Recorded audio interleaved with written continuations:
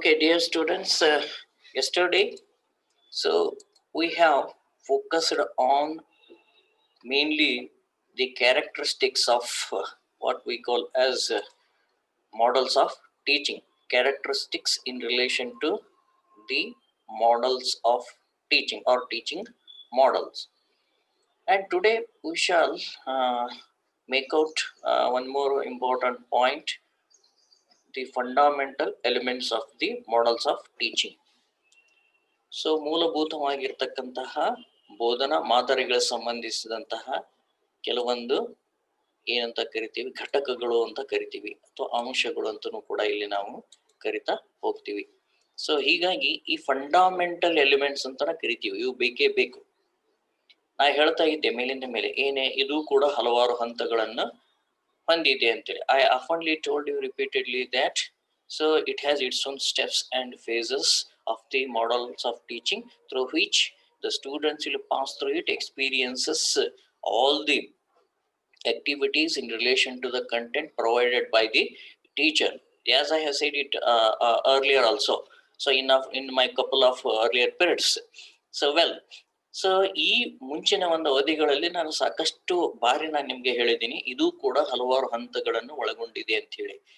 ಆದರೆ ನೀವು ಬೋಧನಾ ಮಾದರಿ ಮತ್ತು ಏನಂತ ಹೇಳ್ತೀವಿ ಬೋಧನಾ ಸಿದ್ಧಾಂತಗಳಿಗೆ ಹೋಲಿಸಿದಾಗ ಬೋಧನಾ ಸಿದ್ಧಾಂತಗಳು ಈ 5E ಮಾಡೆಲ್ ಬಹುದು, ಥಾರ್ನ್ಡೈಕ್ ಇರ್ಬೋದು, ಯಾವ್ದು ಬೇಕಾದಿರ್ಬೋದು, ಯಾವುದೇ ಮಾಡೆಲ್ಗಳನ್ನು ನೀವು ಬೋಧನಾ ಮಾದರಿ ಅಂತ ನೀವು ಪರಿಗಣಿಸಿದ್ರಪ್ಪ ಅಂತಂದ್ರೆ ಅಲ್ಲಿ ಏನಾಗ್ತಾ ಹೋಗ್ತೈತಿ, ಬೋಧನೆಗೆ ಹೆಚ್ಚಿನ ಪ್ರಾಶಸ್ತ್ಯವನ್ನ ಕೊಡ್ತೀವಿ, ವಿದ್ಯಾರ್ಥಿಯ ಕಲಿಕೆಗೆ ಕಡಿಮೆ ಪ್ರಾಶಸ್ತ್ಯವನ್ನ ಕೊಡ್ತಾ ಹೋಗ್ತೀವಿ. The priority in relation to students learning and students learning outcome, mainly it is not highlighted, and whatever you are taking the task of teaching, you can complete it even soon after that. The students outcome or whatever the result is there as a result of your teachers teaching, there might be the result learning outcome or might not be the what we call as the result or the learning outcome. Sometimes it may happen students learn it 100% and sometimes he may not learn. So in this regard, whereas in respect to these models of teaching or teaching model, so there are 6 elements as it is mentioned here. ಇಲ್ಲಿ ನೀವು ನೋಡ್ಬೋದು 6 elements ಅಂದ್ರ ಮೂಲಭೂತವಾಗಿ 6 ಘಟಕಗಳನ್ನ ನಾವಿಲ್ಲಿ ಕಾಣ್ತಾ ಹೋಗ್ತೀವಿ models of teaching. ಇವು ನೀವು ಗಮನದಲ್ಲಿ ಇಟ್ಕೊಳ್ಳೇಬೇಕು. ಸೊ ಯಾವ್ಯಾವು ಅಂತಂದ್ರೆ ಮೊದಲನೇದು ಫೋಕಸ್. ಫೋಕಸ್ ಅಂದ್ರೆ ಕನ್ನಡದಲ್ಲಿ ಕೇಂದ್ರೀಕರಣ ಅಂತ ಹೇಳ್ತೀವಿ, ಇದು ಒಂದನೇದು. ಎರಡನೇದು ಸಿಂಟ್ಯಾಕ್ಸ್, ಬೇಕಾದ್ರೆ ಬರ್ಕೊಳ್ರಿ ನೀವು. ಮೊದಲನೇದು ಏನಿದು ಫೋಕಸ್. ಫೋಕಸ್ ಅಂದ್ರೆ ಕೇಂದ್ರೀಕರಣ ಮಾಡೋದು, ಕೇಂದ್ರೀಕರಣ. ಎರಡನೇದು ಸಿಂಟ್ಯಾಕ್ಸ್.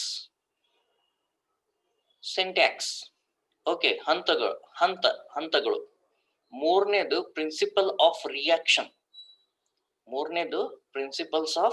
ರಿಯಾಕ್ಷನ್, ಪ್ರತಿಕ್ರಿಯಾ ತತ್ವಗಳು.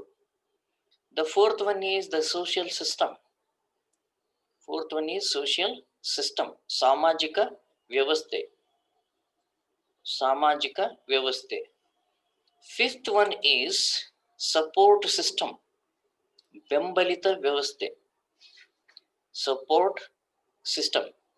ಬೆಂಬಲಿತ ವ್ಯವಸ್ಥೆ. ಕನ್ನಡದಲ್ಲಿ ಇದೆ ಮಟೀರಿಯಲ್, ನೀವು ನೋಡ್ಕೋಬಹುದು. ಅಪ್ಲಿಕೇಶನ್ ಅಂದ್ರ ಅನ್ವಯೀಕರಣ.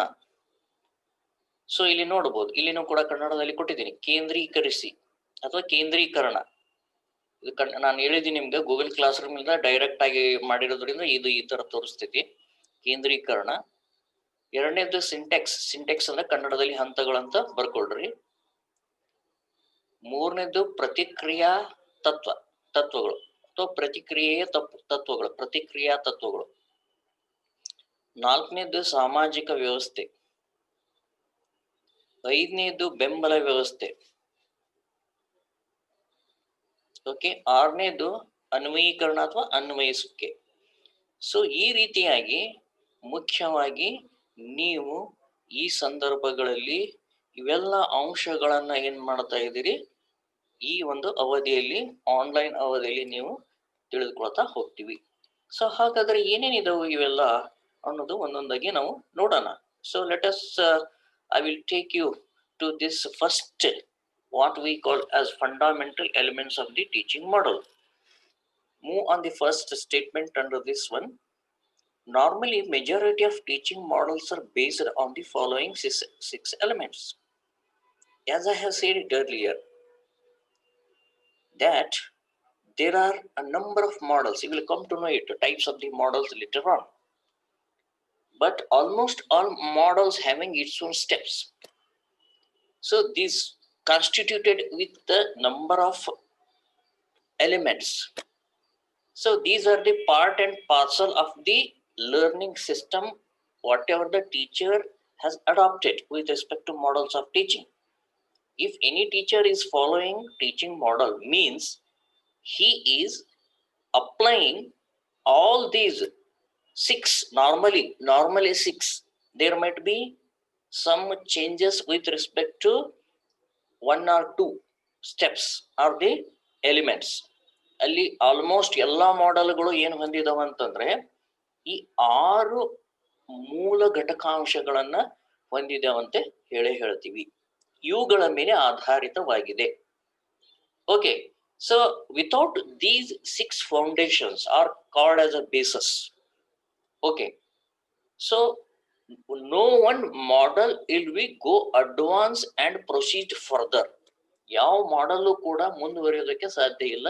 ಈ ಮಾಡೆಲ್ಗಳನ್ನ ವಿದ್ಯಾರ್ಥಿಗಳು ಏನ್ ಮಾಡಬೇಕಾಗ್ತೈತಿ, ಅನುಸರಿಸಲೇಬೇಕಾಗ್ತೈತಿ. ಶಿಕ್ಷಕರು ಅದಕ್ಕೆ ಸಂಬಂಧಿಸಿದಂತಹ ಎಲ್ಲಾ ರೀತಿಯಾಗಿರ್ತಕ್ಕಂತಹ ಎಕೋಸಿಸ್ಟಮ್, ಲರ್ನಿಂಗ್ ಎಕೋಸಿಸ್ಟಮ್, ಹೌದಾ, ಕಲಿಕಾ ಪರಿಸರವನ್ನ ನಿರ್ಮಾಣ ಮಾಡಬೇಕಾಗ್ತೈತಿ. The first one is the focus, ಕೇಂದ್ರೀಕರಣ. Focus is the central aspect of a teaching model. Objectives of teaching and aspects of environment generally constitute the focus of the model. ಈ ಕೇಂದ್ರೀಕರಣ ಅನ್ನತಕ್ಕಂಥದ್ದು ಬೋಧನಾ ಮಾದರಿಯ ಒಂದು ಕೇಂದ್ರದಲ್ಲಿರ್ತಕ್ಕಂತಹ ಪ್ರಮುಖವಾಗಿರ್ತಕ್ಕಂತಹ ಒಂದು ವಿಷಯ ಅಂತ ಹೇಳ್ತೀವಿ. ಫೋಕಸ್ ಮಾಡಲೇಬೇಕು, ಕೇಂದ್ರೀಕರಣ ಮಾಡಲೇಬೇಕು. The objectives of teaching and aspects of environment generally constitute the focus of the model. ಯಾವುದರ ಮೇಲೆ focus ಮಾಡಬೇಕಾಗ್ತೈತಿ? This is most important aspect. You take it to the teaching aspect and how to state and initially and move on further steps means it has to focus on the certain whatever it is to be taken to continue it. ಹೀಗಾಗಿ ಉದ್ದೇಶಗಳು, ಬೋಧನಾ ಉದ್ದೇಶಗಳು ಕೂಡ ಏನ್ ಮಾಡ್ತಾ ಹೋಗ್ತೋ ಅದರ ಮೇಲೆ ಕೇಂದ್ರೀಕರಣವನ್ನ ಮಾಡ್ತವು. Objectives of the teaching as well as the aspect of the environment generally constitute the focus of the model. ಹೌದಾ, ಈ ಒಂದು ಮಾಡೆಲ್ ಮೇಲೆ ಏನ್ ಮಾಡ್ತಾ ಹೋಗ್ಬೇಕಾಗ್ತೈತಿ, ನಾವು ಕೇಂದ್ರೀಕರಣವನ್ನ ಮಾಡ್ಬೇಕಾಗ್ತೈತಿ. ಅಬ್ಜೆಕ್ಟಿವ್ಸ್ಗಳು ಕೂಡ ಬೋಧನಾ ಅಬ್ಜೆಕ್ಟಿವ್ಸ್, ಬೋಧನಾ ಉದ್ದೇಶಗಳು ಮತ್ತು ಈ ವಾತಾವರಣ ಅಥವಾ ಪರಿಸರಕ್ಕೆ ಸಂಬಂಧಿಸಿದಂತಹ ಏನಂತ ಹೇಳ್ತಾ ಹೋಗ್ತೀವಿ ನಾವು, ಆಸ್ಪೆಕ್ಟ್ಸ್ ಆಫ್ ಟೀಚಿಂಗ್ ಅಂತ ಏನ್ ಹೇಳ್ತೀವಲ್ಲ, ಸೊ ಇವುಗಳು ಕೂಡ ಏನ್ ಮಾಡ್ತಾ ಹೋಗ್ತಾವು, ಮುಖ್ಯವಾಗಿ ಇದನ್ನು ಒಳಗೊಂಡಿದೆ, ಕೇಂದ್ರೀಕರಣವನ್ನ ಒಳಗೊಂಡಿದೆ ಅಂತ ಹೇಳ್ತೀವಿ. Environment generally constitute. Okay, and then objectives of teaching ಅಂದ್ರೆ ಬೋಧನಾ ಮಾದರಿ, ಬೋಧನಾ ಏನಂತ ಹೇಳ್ತೀವಿ, ಉದ್ದೇಶಗಳು. ಸೊ ಇವು ಕೂಡ ಏನಾಗಿದಾವು, ಇದನ್ನು ಒಳಗೊಂಡಿದೆ ಅಂತ ಹೇಳ್ತೀವಿ. Okay, next one, the focus of the model. Okay, later on, every teaching model based on one or the other objective as its focal point. Okay, every teaching model is based on one or other objective as its focal point. Any teaching model is developed by keeping this focal point in mind. Okay, ಪ್ರತಿಯೊಂದು ಬೋಧನಾ ಮಾದರಿ ಏನಾಗಿದೆಯಪ್ಪ ಅಂದ್ರೆ at least ಒಂದಾದರ ಉದ್ದೇಶಗಳ ಮೇಲೆ ಏನಾಗಿರ್ತೈತಿ, ಇದು ಕೇಂದ್ರೀಕರಣವನ್ನ ಮಾಡಿರ್ತೈತಿ ಅಂತ ಅರ್ಥ. Any teaching model is developed by keeping this focal point in mind. ಈ ಒಂದು ಮಾಡೆಲ್ ಅನ್ನ ನಾವು ಗಮನಿಸಲಾಗಿ, ಯಾವುದೇ ಮಾಡೆಲ್ ನ ತೆಗೆದುಕೊಳ್ಳ್ರಿ, ಆ ಪ್ರತಿಯೊಂದು ಮಾಡೆಲ್ ಏನ್ ಮಾಡ್ತಾ ಇದೆ, ಯಾವಾಗ್ಲೂ ಕೂಡ ಒಂದು ಪ್ರಮುಖವಾಗಿರ್ತಕ್ಕಂಥ ಅಂಶದ ಮೇಲೆ ಏನಾಗಿರ್ತೈತಿ, ಕೇಂದ್ರೀಕರಣ ಆಗಿರ್ತೈತಿ. Every teaching model differs from another in terms of its objectives. As I said, there are number of teaching models. Okay, so information processing model is there, and another one social models are there. So, like that, so many models are there. Concept attainment model is there. Inductive reasoning model is there. So each one is dependent on its own specific objectives, focuses on its own objectives. There might be the objectives of the information processing model might be different from that of the social system models or types of the models. ಈಗ information processing model ಅಂತ ಒಂದೇನು ಹೇಳ್ತೀವಲ್ಲ, ಅದು ಯಾವ ಉದ್ದೇಶದ ಮೇಲೆ ಹೆಚ್ಚು ಕೇಂದ್ರೀಕರಣಗೊಳಿಸ್ತೈತಿ, ಆ ಉದ್ದೇಶ ಇನ್ನೊಂದು ಮಾಡೆಲ್ದು ಇರೋದಿಲ್ಲ, ಇಲ್ಲದೆ ಇರಬಹುದು. ಅದು ಬೇರೆದಕ್ಕೆ ಏನ್ ಮಾಡ್ತಾ ಹೋಗ್ತೈತಿ, ಬೇರೆ ಉದ್ದೇಶಗಳಿಗೆ ತರೋದಕ್ಕೆ ಪ್ರಯತ್ನವನ್ನ ಮಾಡ್ತಾ ಇದೆ. So therefore it means that so each model is dependent on their own specific type of achievable learning objectives amongst the students. ಈ ಕಲಿಕಾರ್ಥಿ ಅಥವಾ ವಿದ್ಯಾರ್ಥಿ ಅಂತ ಏನ್ ಹೇಳ್ತೀವಿ, ಇವರ ಒಂದು ಉದ್ದೇಶಗಳು ಏನಾಗ್ತಾ ಹೋಗ್ತೈತಿ, ಅವರ ವರ್ತನಾ ಬದಲಾವಣೆಗಳು ಬೇರೆ ಬೇರೆ ಮಾಡೆಲ್ಗಳಲ್ಲಿ, ಬೇರೆ ಬೇರೆ ಮಾಡೆಲ್ಗಳಿಂದ ಬೇರೆ ಬೇರೆ ರೀತಿಯಾಗಿ ಏನಾಗ್ತಾ ಹೋಗ್ತೈತಿ, ಸಾಧಿಸಲ್ಪಡ್ತಾವ ಅಂತ ಹೇಳ್ತೀವಿ. It is the nucleus of the teaching model. This is see here, ಇದೇ ನ್ಯೂಕ್ಲಿಯಸ್. ಹೌದಾ? ಈ ಪ್ರತಿಯೊಂದು ಮಾಡೆಲ್ದ ಕೇಂದ್ರ ಬಿಂದು ಏನು ಅಂತಂದ್ರೆ ಯಾವುದು ಅಂತಂದ್ರೆ ಫೋಕಸ್. ಫೋಕಸ್ ಇಲ್ಲದೆ ಏನ್ ಮಾಡ್ಲಿಕ್ಕೆ ಆಗಲ್ಲ. ಅದಕ್ಕೆ ಇದು ಯಾವ್ದ್ರ ಮೇಲೆ ಫೋಕಸ್ ಆಗಿದೆ ಅನ್ನೋದು ಕೂಡ ಏನಾಗ್ತಾ ಹೋಗ್ತೈತಿ, ಬಹಳಷ್ಟು ಪ್ರಾಮುಖ್ಯತೆಯನ್ನ ಹೊಂದೈತಿ. So every model is developed by keeping in view its focal point or objective. That focal point, ಕೇಂದ್ರೀಕರಣ ಬಿಂದು ಅಥವಾ ಉದ್ದೇಶ, ಅಲ್ಲಿಗೆ ಬಂದ್ಬಿಡ್ತೀವಿ ಮತ್ತೆ. ಹಾಗಾದ್ರೆ ಉದ್ದೇಶ ಏನಿದೆ, ಅದು ಯಾವುದ್ರ ಮೇಲೆ ಬೆಳಕನ್ನು ಚೆಲ್ತಿದೆ, on which factors it is going to be lighting upon. So therefore what the particular objective says. So ಹೀಗಾಗಿ ಫೋಕಸ್ ಮುಖ್ಯವಾಗಿ ಯಾವುದ್ರ ಮೇಲೆ ಡಿಪೆಂಡೆಂಟ್ ಆಗಿರ್ತದೆ ಅಂದ್ರೆ ಉದ್ದೇಶಗಳ ಮೇಲೆ ಅವಲಂಬಿತವಾಗಿದೆ ಅಂತ ನಾವಿಲ್ಲಿ ಹೇಳ್ತೀವಿ. Every model has various phases. ಪ್ರತಿಯೊಂದು ಮಾದರಿಯು ಕೂಡ ಏನಾಗಿದೆ, ತನ್ನದೇ ಆಗಿರ್ತಕ್ಕಂಥ ಹಂತಗಳನ್ನು ಒಳಗೊಂಡಿದೆ. Some particular types of competencies are developed by it. Some Sir, ಹೇಳಮ್ಮ. it depends upon the specific objectives or normal objectives. Specific, whatever General the objectives. learning objectives are there. See here, whenever the teaching comes in the classroom, in the learning environment, you have to concentrate on specific objectives always. Understand my point? Don't think of the general objectives. Whenever the task of teaching and learning in a particular environment comes, whether it is in classroom, outside the classroom, in the laboratory, there are specific occasions, specific learning system. What you have taken a particular point of topic, or you want to make to teach to the student on a particular topic. ಯಾವುದೋ ಒಂದು topic ತಗೋತೀರಿ ನೀವೀಗ, ಹೌದಾ? ಈಗ nuclear reactors ಅಂತ ತಗೊಂಡ್ರಿ ಅಂತ ತಿಳ್ಕೊರಿ. Nuclear reactors ಗಳನ್ನ ಪಾಠ ಮಾಡ್ಬೇಕಂತಂದ್ರೆ ನೀವ್ ಏನೇನ್ ಅವರ ಉದ್ದೇಶಗಳದಾವು ಅದ್ರ ಮೇಲೆ ಏನ್ ಮಾಡ್ತಾ ಹೋಗ್ತೀರಿ, ನೀವು ಆಯಾ ಬೋಧನಾ ಮಾದರಿಗಳನ್ನ ಆಯ್ಕೆ ಮಾಡ್ತಾ ಹೋಗ್ತೀರಿ. ಸೊ ಈಗ ಫಾರ್ ಎಕ್ಸಾಂಪಲ್, ಸೊ ಏನಪ್ಪಾ ಅಂದ್ರ ಈಗ ಪಾರ್ಲಿಮೆಂಟ್ ಇದೆ. ಪಾರ್ಲಿಮೆಂಟ್ ಅನ್ನೋದು, ಸಂಸತ್ ಅನ್ನೋದನ್ನ ಏನ್ ಮಾಡ್ಬೇಕಾಗ್ತೈತಿ, ರೋಲ್ ಪ್ಲೇಯಿಂಗ್ ಮಾಡೆಲ್ ನಿಂದ ನೀವು ಮಾಡಬಹುದು. ಹೌದಾ? ಪಾತ್ರ ಅನುಕರಣ ಮಾದರಿ ಅಂತ ಏನ್ ಹೇಳ್ತೀವಲ್ಲ, ರೋಲ್ ಪ್ಲೇಯಿಂಗ್ ಮಾಡೆಲ್, ಅದನ್ನು ನೀವು ಅಲ್ಲಿ ಗಮನದಲ್ಲಿ ಇಟ್ಕೋಬೇಕು. ಅವಾಗ ವಿದ್ಯಾರ್ಥಿಗಳಲ್ಲಿ ಏನ್ ಬರ್ತಾ ಹೋಗ್ತೈತಿ, ಅವರನ್ನು ಪಾತ್ರಧಾರಿಗಳನ್ನಾಗಿ ಮಾಡಿ, ಅವ್ರಿಗೆ ಏನ್ ಮಾಡ್ತಾ ಹೋಗ್ತೀರಿ, ರಾಜಕಾರಣಿಗಳನ್ನಾಗಿ ಮಾಡಿ, ಅಲ್ಲಿ ಸಂಸತ್ ಸದಸ್ಯರನ್ನಾಗಿ ಮಾಡಿ, ಮಿನಿಸ್ಟರ್ಗಳನ್ನ ಮಾಡಿ, ಲೋಕಸಭಾ ಸದಸ್ಯರುಗಳನ್ನಾಗಿ ಮಾಡಿ, ಅಥವಾ ಪ್ರಧಾನಮಂತ್ರಿಯನ್ನಾಗಿ ಮಾಡಿ, ಇನ್ನಿತರ ಪ್ರಧಾನಮಂತ್ರಿಯ ಕ್ಯಾಬಿನೆಟ್ ಸದಸ್ಯರು ಅಥವಾ ಮಂತ್ರಿ ಮಂಡಲವನ್ನಾಗಿ ಮಾಡಿ, ಅವರಲ್ಲಿ ನೀವೇನ್ ತರ್ತಾ ಹೋಗ್ತೀರಿ, ಬೋಧನಾ ಉದ್ದೇಶಗಳನ್ನ ತರೋದಕ್ಕೆ ಹೋಗ್ತೀರಿ. ಹಾಗಾದ್ರೆ ಯಾವ ಮಾಡೆಲ್ ಅನ್ನ ನಾವು ಜಾರಿಗೆ ತರಬೇಕು. That is most important aspect. It brings a different type of what we call as learning objectives that is to be achievable. ಹೌದಾ? ಸೊ ಹೀಗಾಗಿ ನೀವು ಏನು ಸ್ಪೆಸಿಫಿಕ್ ಅಬ್ಜೆಕ್ಟಿವ್ಸ್ ಅಂತ ಏನ್ ಹೇಳ್ತಿರಲ್ಲ ಅದನ್ನೇ ನೀವು ಗಮನದಲ್ಲಿ ಇಟ್ಕೋಬೇಕು. ಯಾವಾಗೂ teaching learning with respect to particular point of whatever the concept you have taken through which you are going to teaching it. ಹೌದಾ? ಸೊ ಈ ಕಾನ್ಸೆಪ್ಟ್ ಅಟೈನ್ಮೆಂಟ್ ಮಾಡಲು, ರೋಲ್ ಪ್ಲೇಯಿಂಗ್ ಮಾಡಲು, ಹೌದಾ, ಇಂಡಕ್ಟಿವ್ ರೀಸನಿಂಗ್ ಮಾಡಲ್, ಇವೆಲ್ಲ ಬರ್ತಾವ, ಸಾಕಷ್ಟು ಮಾಡಲ್ಗಳು ಬರ್ತಾ ಹೋಗ್ತಿರ್ತೈತಿ. ಸೊ ಹೀಗಾಗಿ ಈಗ ರೋಲ್ ಪ್ಲೇಯಿಂಗ್ ಮಾಡಲ್ ಅನ್ನ ನಾವು ಎಲ್ಲಿ ತರಕಾಗಲ್ಲ, ಇಂಡಕ್ಟಿವ್ ರೀಸನಿಂಗ್, ಹೌದಾ, ನಿಮ್ಮ ಸೈನ್ಸ್ ದಲ್ಲಿ ತರಕಾಗಲ್ಲ. ಬಹಳ ಸೈನ್ಸ್ ದಲ್ಲಿ ಎಲ್ಲಿ ತರಬಹುದು ನೀವು? ಯಾವ್ದೇ ಸೈಂಟಿಸ್ಟ್ ನ ಒಂದು ಲೈಫ್ ಹಿಸ್ಟ್ರಿ ಹೇಳ್ತಕ್ಕಂಥ ಸಂದರ್ಭದಲ್ಲಿ ನೀವು ಒಬ್ಬನ ವಿದ್ಯಾರ್ಥಿಗಳನ್ನ ಅಥವಾ ಅವನ ಒಂದು ಸನ್ನಿವೇಶವನ್ನ, ಅವನ ಹುಟ್ಟನ್ನ, ಅವ್ನು ಹೇಗೆ ಬೆಳೆದ್ ಬರ್ತಾನೆ, ಅವ್ನು ಹೇಗೆ ಸಾಧನೆ ಮಾಡ್ತಾನೆ, ಅವನ ಜೊತೆಗಾರರು ಯಾರು, ಅವನ ತಂದೆ ತಾಯಿಗಳು ಯಾರು, ಸೊ ಹೀಗಾಗಿ ಅವನು ಎಲ್ಲೆಲ್ಲಿ ಏನೇನು ಯಾವ್ಯಾವ ರೀತಿ ಭಾಷಣವನ್ನ ಮಾಡ್ತಾನೆ.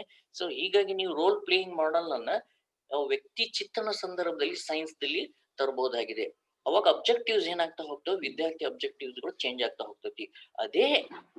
ಅದೇ ಒಂದು ರೋಲ್ ಪ್ಲೇಯಿಂಗ್ ಮಾಡಲ್ ನ ನೀವು ಲ್ಯಾಬೋರೇಟರಿಯಲ್ಲಿ ಅಪ್ಲೈ ಮಾಡೋಕ್ ಆಗಲ್ಲ ಬಹಳಷ್ಟು ಸಂಗತಿಗಳಲ್ಲಿ. ಅಲ್ಲಿ ಏನಾಗ್ತಾ ಹೋಗ್ತೈತಿ, ಇನ್ನಿತರ ಮಾಡೆಲ್ಗಳ ಅನುಕರಣೆಯನ್ನ ಮಾಡಬೇಕಾಗ್ತೈತಿ. So therefore it is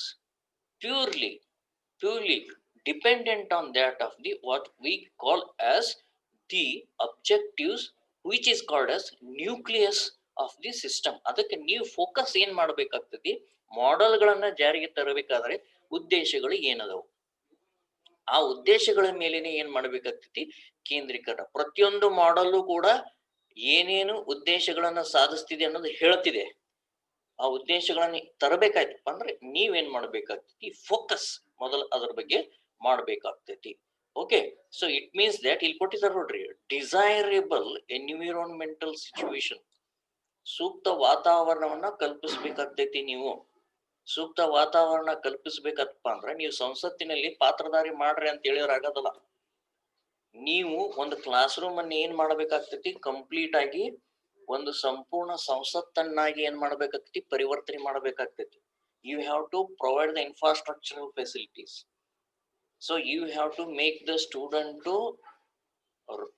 acquire the role of different type of the characteristics which comes in that particular parliament situations. So ಹೀಗಾಗಿ ಡಿಸೈರೇಬಲ್ ಅಂತ ಹೇಳ್ತೀವಿ ಅದಕ್ಕೆ. ಇಚ್ಛಿತವಾಗಿರ್ತಕ್ಕಂತಹ ಬೋಧನಾ ಕಲಿಕಾ ಸನ್ನಿವೇಶಗಳನ್ನ ವಿದ್ಯಾರ್ಥಿಗಳಲ್ಲಿ ಏನ್ ಮಾಡ್ಬೇಕಾಗ್ತೈತಿ, ಸೃಷ್ಟಿ ಮಾಡ್ಬೇಕಾಗ್ತೈತಿ. then only what happens, the desirable objectives and teaching objectives are achieved. ತದನಂತರದಲ್ಲಿ ಮಾತ್ರ ಏನಾಗ್ತಾ ಹೋಗ್ತೈತಿ, ಈ ಬೋಧನಾ ಉದ್ದೇಶಗಳನ್ನ ಸಾಧಿಸೋದಕ್ಕೆ ಸಾಧ್ಯ ಆಗ್ತೈತಿ. ಸೊ ಟೀಚಿಂಗ್ ಇಲ್ಲಿ ನೋಡಬಹುದು ನೀವೀಗ under syntax the teaching tactics and teaching activities and interaction between the student teachers are determined in which a pattern of sequence that the teaching objectives are achieved conveniently by providing the desirable situations. ಅಂದಾಗ ಮಾತ್ರ desirable ಅಂದ್ರೆ ಏನು, ಒಂದು ಏನು ಸಾಧಿಸತಕ್ಕಂತಹ ಏನಿದಾವಲ್ಲ ಉದ್ದೇಶಗಳು, ಅವುಗಳನ್ನ achieve ಮಾಡ್ಬೇಕಾದಪ್ಪ ಅಂದ್ರೆ ಅವು ಇಚ್ಛೆ ಪಟ್ಟಿರ್ತಕ್ಕಂಥ ವಾತಾವರಣವನ್ನ ಏನ್ ಮಾಡ್ಬೇಕಾಗ್ತೈತಿ, ಗಮನದಲ್ಲಿ ಇಟ್ಕೋಬೇಕಾಗ್ತೈತಿ. Okay, this is the first step of the any teaching model. Focus should be there. Okay, focus should be there. Second one is syntax. You have to learn on the syntax. ಹಂತಗಳು ಬಹಳ ಮುಖ್ಯ. ಇಲ್ಲಿ ಪ್ರತಿಯೊಂದು ಮಾಡಲು ಸಾಮಾನ್ಯವಾಗಿ 6 ಹಂತಗಳು ಅದಾವ ಅಂತ ಹೇಳಿದೀವಿ ನಾವಿಲ್ಲಿ. ನೋಡ್ಬೇಕು, ಕೆಲವೊಂದು ಸಂದರ್ಭಗಳಲ್ಲಿ ಬದಲಾವಣೆಗಳನ್ನು ಕೂಡ ಆಗ್ತಿರ್ತವೆ. Syntax, move on to this one ನಾವು ಹಿಯರ್. ಇದ್ರ ಬಗ್ಗೆ ನೋಡೋಣ ಈಗ. Syntax of the model describes the model in action. Syntax of the model describes the model in action. See here, this is the operational stage of the teaching learning processes wherein a learner usually involved in it, how the teacher guides on it. Okay, ಇದು ಏನು ವಿವರಣೆಯನ್ನು ಕೊಡ್ತೈತೆ ಅಂದ್ರೆ ಈ ಮಾದರಿ ಈ ಹಂತದಲ್ಲಿ ಮುಖ್ಯವಾಗಿ ವಿದ್ಯಾರ್ಥಿ ಏನ್ ಮಾಡ್ತಾ ಹೋಗ್ತಾನೆ, ತೊಡಗಿಸಿಕೊಳ್ತಾ ಹೋಗ್ತಾನೆ. he will be involved in a particular type of the activity. Syntax includes the sequences of steps. Syntax includes the sequences of the steps. Usually this is to be taken here. ಇಲ್ಲಿ ಏನು ಹೊಂದಿದೆ, ಇದು ಹಲವಾರು ಸರಣಿಯ ಹಂತಗಳನ್ನು ಒಳಗೊಂಡಿದೆ. Sequences of steps involved in the organisation of the complete programming of the teaching.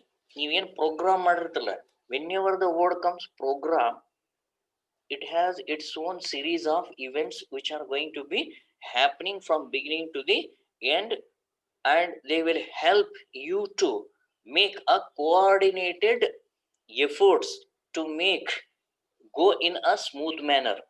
ಒಂದು program ಅಂತ, ಬೋಧನಾ ಪ್ರೋಗ್ರಾಮ್ ಅಂತ ಹೇಳ್ತೀವಿ ನಾವು, ಬೋಧನಾ ಸರಣಿ ಪೂರ್ಣ ಪ್ರಮಾಣದಲ್ಲಿ ಆಗ್ಬೇಕಾತಪ್ಪ ಅಂದ್ರ ಆ ವ್ಯವಸ್ಥೆಯಲ್ಲಿ, ಆ ಸಂಘಟನೆಯಲ್ಲಿ ಏನಿರ್ಬೇಕಾಗ್ತೈತಿ, ಒಂದೊಂದಾದಂತ ಹಂತಗಳನ್ನ ಅನುಸರಿಸಬೇಕಾಗ್ತೈತಿ. It is the systematic sequence of the activities of the model. ಹಾಗಾದ್ರೆ ಈ ಪ್ರೋಗ್ರಾಮ್ ಸರಣಿಯಲ್ಲಿ ಏನಿರ್ಬೇಕಾಗ್ತೈತಿ, sequence of the activities. As we know it, there are number of activities that we are adopting in the teaching learning processes. So in the same way itself also, in this model, it constitutes with comprising of the number of activities. ಸಾಕಷ್ಟು ಚಟುವಟಿಕೆಗಳನ್ನ ಒಂದು ವ್ಯವಸ್ಥೆಯಲ್ಲಿ sequence ಅಂತ ಕರೀತಾರ ಅವರು. Actually sequence ಇದರ ಅರ್ಥ ಏನಂತಂದ್ರೆ, ಯಾವುದು ಮೊದಲು ಬರಬೇಕು, ಯಾವ ಹಂತವನ್ನ ಮೊದಲು ತೆಗೆದುಕೊಳ್ಳಬೇಕು, ತದನಂತರದಲ್ಲಿ ಯಾವ್ದು ತೆಗೆದುಕೊಳ್ಳಬೇಕು, ಇದಾದ್ಮೇಲೆ ಹಂತ ಯಾವ್ದು ಬರಬೇಕು, ಅದು ಯಾವಾಗ್ಲೂ ಕೂಡ ಎಕ್ಸ್ಪೀರಿಯನ್ಸ್ ಟೀಚರ್ಸ್ಗೆ ಗೊತ್ತಿರುತ್ತೆ. As the experienced teachers very well known about it, what exactly the first step, and followed by number of a series of the steps to be taken over here in that particular juncture of the learning ecosystem. So ಈ ಒಂದು ಕಲಿಕಾ ವಾತಾವರಣದಲ್ಲಿ ಯಾವ sequence ಇರ್ಬೇಕಾಗ್ತದೆ, sequence ಅನ್ನು ಹೆಂಗ್ arrangement ಮಾಡಬೇಕು ಚಟುವಟಿಕೆಗಳಿಗೆ, he knows very well how to arrange the sequence of the activities. In this model ಏನ್ ಮಾಡ್ಬೇಕಾಗ್ತದೆ, ಈ ಪ್ರೋಗ್ರಾಮ್ ಮಾಡ್ತಕ್ಕಂಥದ್ದು, ಸ್ಟೆಪ್ಸ್ಗಳು ಇರ್ಬೇಕಂತದ್ದು, ಚಟುವಟಿಕೆಗಳು ಏನೇನು ಅಳವಡಿಸ್ಬೇಕು ಅನ್ನೋದು ಕೂಡ ಈ ಒಂದು ಹಂತದಲ್ಲಿ ತಿಳಿಸಿ ಕೊಡ್ತೈತಿ. ಹೀಗಾಗಿ ನೀವಲ್ಲಿ ಚಟುವಟಿಕೆಗಳನ್ನು ಕೂಡ ಏನ್ ಮಾಡ್ಬೇಕಾಗ್ತೈತಿ, ಗಮನದಲ್ಲಿ ಇಟ್ಕೋಬೇಕಾಗ್ತೈತಿ. Each model has a distinct flow of phases. ಈ ಪ್ರತಿಯೊಂದು ಮಾದರಿ ಏನಿದೆಯಲ್ಲ, ತನ್ನದೇ ಆಗಿರ್ತಕ್ಕಂಥ ವೈಶಿಷ್ಟ್ಯಪೂರ್ಣವಾಗಿರ್ತಕ್ಕಂಥ ಅನನ್ಯವಾಗಿರ್ತಕ್ಕಂತಹ ಹಂತಗಳ ಮೂಲಕವಾಗಿ ನಡೀತಾ ಹೋಗುತ್ತೆ. ಅದಕ್ಕೆ ಹೇಳ್ತಾರ ಪ್ರತಿಯೊಂದು ಮಾದರಿ, each model has a distinct flow of phases. ಪ್ರತಿಯೊಂದು ಅನನ್ಯವಾಗಿರ್ತಕ್ಕಂತಹ, ತನ್ನದೇ ಆಗಿರ್ತಕ್ಕಂಥ ಯುನಿಕ್ನೆಸ್ ಹೊಂದಿರತಕ್ಕಂತಹ ಹಂತಗಳ ಮೂಲಕವಾಗಿ ನಡೀತಕ್ಕಂಥ ಚಟುವಟಿಕೆ ಇದಾಗಿದೆ. It means that detailed description of the model in action. ಇಲ್ಲಿ ಪ್ರತಿಯೊಂದು ಮಾಡೆಲ್ದು ಕೂಡ ಏನಾಗ್ತಿದೆ, ಸಂಪೂರ್ಣವಾದ ವಿವರವನ್ನ ಕಾಣೋದಕ್ಕೆ ಸಾಧ್ಯ ಆಗ್ತಿದೆ. In it the teaching activities and interaction between the pupil and the teacher are determined.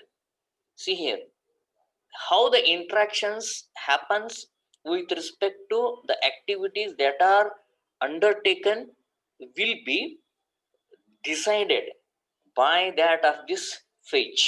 Okay, how the interactions, when will the interactions happens between the students and the teacher, and you have to determine all these things. These steps will determine and go in for such things here. The syntax of any teaching model means those points which produce activities focused on educational objectives at various phases. See here, ಹಂತಗಳು ಏನದಾವಲ್ಲ, ಈ ಹಂತಗಳು ಶೈಕ್ಷಣಿಕ ಚಟುವಟಿಕೆಗಳ ಪ್ರತಿಯೊಂದು ಏನದಾವಲ್ಲ, ಇವು ಶೈಕ್ಷಣಿಕ ಉದ್ದೇಶಗಳನ್ನ ಸಾಧಿಸುವಂತೆ ಇರಬೇಕು. ಇವೆಲ್ಲ the educational objectives at various phases. ನೋಡ್ರಿ, ಪ್ರತಿಯೊಂದು ಫೇಜ್ ನಲ್ಲಿನೂ ಕೂಡ ಏನ್ ಇಟ್ಟಿದ್ದಾನೆ ಅವನು, ಶೈಕ್ಷಣಿಕ ಉದ್ದೇಶಗಳನ್ನ ಇಟ್ಟಿದ್ದಾನೆ. That's what he is saying. The syntax of the teaching model means those points which produce activities on those points. Okay, those points which produce activities on what we call as activities on educational objectives at various phases. ಮತ್ತೆ objectives ಗಳನ್ನೇ ತರ್ತಾರೆ ಇಲ್ಲಿ. ಬೋಧನಾ ಉದ್ದೇಶಗಳು ಪ್ರತಿಯೊಂದು ಹಂತದಲ್ಲಿ ಏನಿದಾವಲ್ಲ, ಆಯಾ ಉದ್ದೇಶಗಳು ಏನಿದಾವಲ್ಲ ಅವುಗಳು ಈ ಚಟುವಟಿಕೆಗಳನ್ನ ಪ್ರೊಡ್ಯೂಸ್ ಮಾಡುವಂತೆ ಇರಬೇಕು. ಅಥವಾ ಈ ಚಟುವಟಿಕೆಗಳು ಏನಾಗಿರ್ತಾವ ಅಂತಂದ್ರೆ ಈ ಎಲ್ಲಾ ಹಂತಗಳಲ್ಲಿರ್ತಕ್ಕಂಥ ಬೋಧನಾ ಉದ್ದೇಶಗಳಿಗೆ ಅನುಗುಣವಾಗಿರಬೇಕು, ಬೋಧನಾ ಉದ್ದೇಶಗಳನ್ನು ಸಾಧಿಸುವಂತಿರಬೇಕು. So under syntax, the teaching tactics, teaching activities and interaction between the student and the teacher are determined in such a way, in such a pattern of sequence that teaching objectives are achieved conveniently by providing the desirable environmental situations. ಈ ಟ್ಯಾಟಿಕ್ಸ್ ಇರ್ಬೋದು, ಹೌದಾ? ಟ್ಯಾಟಿಕ್ಸ್ ಮಾಡ್ತಾ ಹೋಗ್ತಿರ್ತಾರ ಅಂದ್ರೆ skills adapt ಮಾಡ್ತಾ ಹೋಗ್ತಿರ್ತೀರಿ ನೀವು. ಬೋಧನಾ ಸ್ಕಿಲ್ಸ್ಗಳನ್ನ, ಬೋಧನಾ ಚಟುವಟಿಕೆಗಳು, ಬೋಧನಾ ಸಂವಹನ ವಿದ್ಯಾರ್ಥಿ ಮತ್ತು ಶಿಕ್ಷಕರ ನಡುವೆ. ಸೊ ಈ ರೀತಿಯಾಗಿರ್ತಕ್ಕಂತಹ ಒಂದು ಸರಣಿಯ ರಚನೆ ಏನಿರ್ತೈತಲ್ಲ, ಸರಣಿಯ ರಚನೆ ಇದು ಯಾವಾಗ್ಲೂ ಕೂಡ ಏನ್ ಮಾಡ್ಬೇಕಂದ್ರೆ ಬೋಧನಾ ಉದ್ದೇಶಗಳನ್ನ ಸಾಧಿಸುವಂತಿರ್ಬೇಕು. ಅಷ್ಟೇ ಅಲ್ಲದೆ ಇದಕ್ಕೆ ಸಂಬಂಧಿಸಿದಂತಹ ಇಚ್ಛಿತವಾಗಿರ್ತಕ್ಕಂತಹ ಕಲಿಕಾ ಸನ್ನಿವೇಶಗಳನ್ನ ಸೃಷ್ಟಿ ಮಾಡಬೇಕು. So these are the things that we find it in this phase called as syntax. Syntax ಅನ್ನೋದಂಥದ ಇದು ಒಂದು ಕೊನೆಯದಾಗಿ ಏನಂತ ಹೇಳ್ತೀವಿ ಅಂತಂದ್ರೆ ಮುಖ್ಯವಾಗಿ ಇದು it is nothing but the sequence of the steps through which educational objectives are achieved through the teaching tactics, teaching whatever these strategies, and they are all arranged in a educational activities are arranged in a what we call as sequential steps. Okay, move on to next one, principle of reaction, ಪ್ರತಿಕ್ರಿಯಾ ತತ್ವ. ಈ ಪ್ರತಿಕ್ರಿಯಾ ತತ್ವದಲ್ಲಿ ಮುಖ್ಯವಾಗಿ ಹೆಸರೇ ಹೇಳ್ತಿದ್ದು, the principles of reaction tell the teacher how to regard the learner and to respond to what the learner does. How to regard the learner and to respond to what the learner does. As we know it, sometimes the students learn in the classroom. Soon after learning, even sometimes students sit quietly. They won't express it in a behavioral term, but here it is not happening. It is regarded in such a way that student has to respond it through that of the whatever that learning encounters, environment encounters to that particular students. This element is concerned with the way a teacher should regard and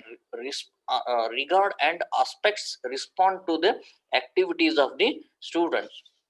See here, you have to, being a teacher, you must make a scope for giving the responses to the students, and such activities has to be provided by the teacher to the learner. ಶಿಕ್ಷಕರು ಏನ್ ಮಾಡ್ಬೇಕಾಗ್ತದೆ, ಬರೀ ಕಲ್ಸೋದಷ್ಟೇ ಅಲ್ಲ, ಅಲ್ಲಿ ಏನ್ ಮಾಡಬೇಕು, ಶಿಕ್ಷಕರು ಯಾವಾಗ್ಲೂ ಕೂಡ ವಿದ್ಯಾರ್ಥಿಗಳಿಗೆ ಏನು ಚಟುವಟಿಕೆಗಳನ್ನ ಕೊಟ್ರೆ ಇವರ ಪ್ರತಿಕ್ರಿಯೆ ಬರುತ್ತೆ, what type of the activities to be given to get a particular type of the response based on the educational objectives, whatever it is predetermined. So ಮೂಲಭೂತವಾಗಿ ಏನು ಉದ್ದೇಶ ಇರ್ತೈತಿ, ಆ ಉದ್ದೇಶಕ್ಕೆ ಅನುಗುಣವಾಗಿ ಏನ್ ಚಟುವಟಿಕೆ ಕೊಡಬೇಕು, ಆ ಚಟುವಟಿಕೆಯ ಮೂಲಕವಾಗಿ ವಿದ್ಯಾರ್ಥಿ ಯಾವ ರೀತಿ ಪ್ರತಿಕ್ರಿಯೆಗೆ ಅಥವಾ ಪ್ರತಿಕ್ರಿಯೆಯನ್ನು ಕೊಡ್ತಾನೆ, ಕಲಿಕಾ ಫಲ ಹೊರಗೆ ಬರುತ್ತೆ. ಸೊ ಹೀಗಾಗಿ principle of reaction it is most important here. These responses should be appropriate and selective. ಮತ್ತು ಅದರಲ್ಲಿ ರೆಸ್ಪಾನ್ಸಸ್ ಏನಿರಬೇಕಾಗ್ತೈತಿ, ನೀವು sometimes the responses may be many, sometimes the unexpected responses will be given by the students in such a way that they are not at all concerned to our expected learning environment or objectives. ಅದು ಉದ್ದೇಶಕ್ಕೆ ಪೂರಕವಾಗೇ ಇರೋದಿಲ್ಲ, ಅದು ಬರೋದನೇ ಇಲ್ಲ. So ಇಂಥ ಸಂದರ್ಭದಲ್ಲಿ ಏನ್ ಮಾಡ್ಬೇಕಾಗ್ತೈತಿ, you have to make the teaching tactics that only selective and appropriate responses should come from the students. ಅದನ್ನು ಯಾವ ರೀತಿ ಮಾಡಬೇಕು, ಅದು ಶಿಕ್ಷಕರ ಒಂದು ಚಟುವಟಿಕೆ ಇಂಟ್ರಾಕ್ಷನ್ ಮೇಲೆ ಡಿಪೆಂಡೆಂಟ್ ಆಗಿರುತ್ತೆ. They provide the teacher with rules of thumb by which to select model appropriate responses to what the student does. Okay, ಇಲ್ಲಿ ಸ್ಟೂಡೆಂಟ್ ಏನ್ ಮಾಡ್ತಾನೆ, ಸೂಕ್ತವಾಗಿರ್ತಕ್ಕಂತಹ ಒಂದು ನಿಯಮಾವಳಿಗಳನ್ನ ಏನ್ ಮಾಡ್ಬೇಕಾಗ್ತತಿ, ಅನುಸರಿಸಬೇಕಾಗ್ತತಿ. Select model appropriate responses to what the student does. This element is concerned with the teacher's reaction to the students responses. ಇಲ್ಲಿ ಟೀಚರ್ಸ್ ರಿಯಾಕ್ಷನ್ಸ್ಗಳೇ ಮತ್ತೆ ಇಂಟ್ರಾಕ್ಷನ್ನೇ ಬಹಳ ಮುಖ್ಯ ಆಗ್ತಾ ಹೋಗ್ತೈತಿ ಅಂತ ಹೇಳ್ತೀವಿ ನಾ ಇಲ್ಲಿ. Okay, teachers reactions to the students responses. ಶಿಕ್ಷಕರು ಕೂಡ ಏನ್ ಮಾಡ್ಬೇಕಾಗ್ತತಿ, ಪ್ರತಿಕ್ರಿಯೆಯನ್ನ ಕೊಡ್ಬೇಕಾಗ್ತತಿ. In which he comes to know how he has to react to the responses of the student. ಹಾಗಾದ್ರೆ ಶಿಕ್ಷಕರು ವಿದ್ಯಾರ್ಥಿಗಳು ಪ್ರತಿಕ್ರಿಯೆ ಕೊಟ್ಟ ನಂತರ ಶಿಕ್ಷಕರು ಪ್ರತಿಕ್ರಿಯೆ ನೀಡೋದು ಕೂಡ ಬಹಳ ಮುಖ್ಯ ಆಗಿರ್ತೈತದು. ಒಂದು ವಿಷಯವನ್ನ ವಿದ್ಯಾರ್ಥಿ ಕಲಿತ ನಂತರ ಅದು ಸರಿಯಾಗಿತ್ತಪ್ಪ ಅಂದ್ರೆ ಅವ್ನು ಎನ್ಕರೇಜ್ ಮಾಡ್ಬೇಕಾಗ್ತೈತಿ. You have to accept, appreciate, motivate and make at least the feedback to the students and has to see whether the learner have been actively involved in the process or not. ನೀವು ವಿದ್ಯಾರ್ಥಿ responses ಅನ್ನ ನೋಡ್ಬೇಕು, ಅವ್ನು actively involve ಆಗಿ ಕೊಟ್ಟಿದ್ದಾನೋ ಅಥವಾ ಸುಮ್ಮನೆ ಹೇಳ್ತಿದ್ದಾನೋ. Whether the student is blindly giving the response for the sake of the teachers expectations. Is it there? ನಿಮ್ ಸಲುವಾಗಿ ಏನೋ ಒಂದು ಸ್ಟೂಡೆಂಟ್ಸ್ಗಳು ಹೇಳ್ತಿರ್ತಾರೆ, ನೀವು ಕ್ವಶನ್ ಕೇಳ್ತೀರಿ, ಏನೋ ಒಂದು ಉತ್ತರ ಹೇಳಿ ಸುಮ್ ಕುಂತ್ ಬಿಡ್ತಾರೆ. ಆದ್ರೆ is it emerged as A result of active participation by the student in a particular passage of the sequences that has to be supervised and monitored by the teacher. ಅದನ್ನು ಕೂಡ ಆಕ್ಟಿವ್ ಇನ್ವಾಲ್ವ್ಮೆಂಟ್ ಇದೆ ಎಲ್ಲೂ ಕೂಡ ನೀವು ನೋಡ್ಬೋದು. So ಹೀಗಾಗಿ ನಾವು ಈಗ ಮೂರು ರೀತಿಯಾಗಿರ್ತಕ್ಕಂಥ ಏನು ನೋಡಿದ್ವಿಪ್ಪ ಅಂತಂದ್ರೆ, ಮುಖ್ಯವಾಗಿ we have learned mainly on the 3 elements of the models of teaching. ಯಾವ್ಯಾವ ಹೇಳ್ರಿ? ಫಸ್ಟ್ ಗೆ ಕೇಂದ್ರೀಕರಿಸಬೇಕಾಗುತ್ತೆ. Very good. Next second one syntax. ಅಂದ್ರೆ ಏನಂತ ಹೇಳಿದ್ರಿ ಕನ್ನಡದಲ್ಲಿ? ಹಂತಗಳು ಸ್ಟೆಪ್ಸ್. ಓಕೆ, ಹಂತಗಳು. ಥರ್ಡ್ ಒನ್ ಪ್ರತಿಕ್ರಿಯಾ ತತ್ವ. Very good. Okay, we shall move on to the next one now here. Social system, ಸಾಮಾಜಿಕ ವ್ಯವಸ್ಥೆ. ಸೋಷಿಯಲ್ ಸಿಸ್ಟಮ್ ಇಲ್ಲಿ ಬಂತ್ ನೋಡ್ರಿ, ಮತ್ತೆ ಎಜುಕೇಶನಲ್ ಸೈಕಾಲಜಿ ಬಂದ್ಬಿಡುತ್ತೆ ಇಲ್ಲಿ. ಏನಿದೆ, ಏನ್ ಹೇಳುತ್ತೈತಿ, what exactly it disposes on this one. Okay, ಒಂದು 15 ನಿಮಿಷ. Okay, this element is concerned with the activities of pupil and the teacher and their mutual relationship. Listen here, this encompasses the activities. These are happening activities, teachers and students.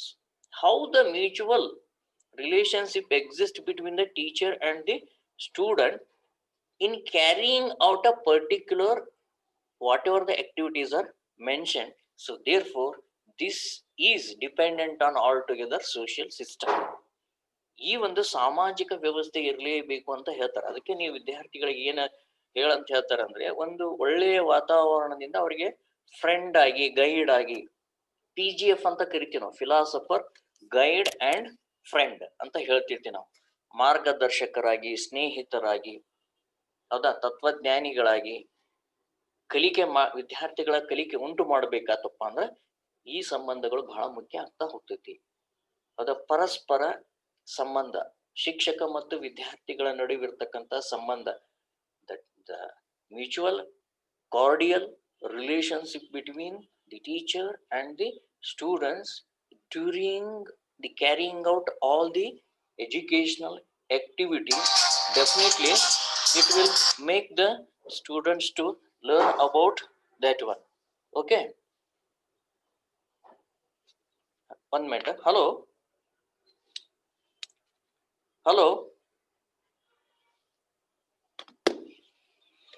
So ಹೀಗಾಗಿ ಈ social system ಏನಿದೆ ಅಲ್ಲ, ಯಾವಾಗಲೂ ಕೂಡ ಇದು ಶಿಕ್ಷಕ ಮತ್ತು ವಿದ್ಯಾರ್ಥಿಯ ನಡುವೆ ಯಾವಾಗಲೂ ಕೂಡ ತನ್ನದೇ ಆದ ಪಾತ್ರವನ್ನ ವಹಿಸ್ತಿದೆ. Every teaching model has separate objectives and will have therefore separate social system. You have to understand the social system ನಾವು ಹಿಯರ್.